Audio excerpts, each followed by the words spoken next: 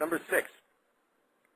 Peter, on page 34 of your orientation guide, you state, why are so many so-called scientists today working on esoteric interests like black holes, quantum fields, and terraforming other planets when we can't even take care of ourselves yet, unquote? These are real scientists and real science. Although the above stated does not necessarily contribute directly to the Zeitgeist Movement or the Venus Project, the technologies they develop along the way are directly related to the overall technological development of mankind. I feel that it is too harsh for you to criticize fundamental science, and thus this comment may make people cringe away from this proposal in the long run. Could you revise or comment?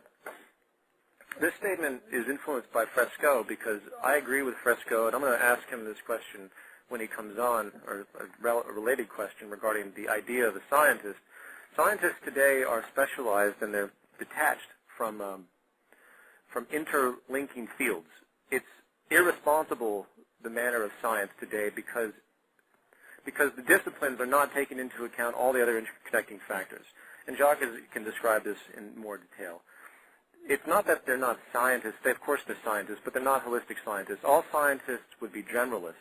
All scientists would constantly expand their awareness. In fact, it's almost like people would be scientists in the way they think about things and the way they find interconnections to things. You have to ask yourself, I mean, there's no isolation when it comes to any form of humanity or science. You see these hybrids beginning to happen all the time.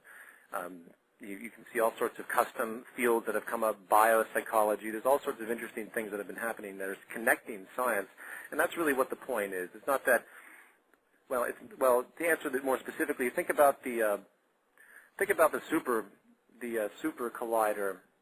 What is it, the super collider? Yeah, the super collider, if I remember that correctly. If I did that wrong, excuse me. I spent, what, $10, $20 billion on this massive thing to smash atoms. While I'm intrigued by the scientific element, why hasn't that type of energy been put forward into feeding the 1 billion starving people? And this is really the humanity aspect. Why is it that 40% of the world's population has never used a telephone? This is really a problem. This doesn't the conflict of the society should come first. We have to focus our energies on how to resolve the conflicts between the various human sects and the human species before we have time for anything else. It's not that we don't pay attention to things, but the priorities are just backwards. And that's really the point that's made there, and I think it's a very valid one.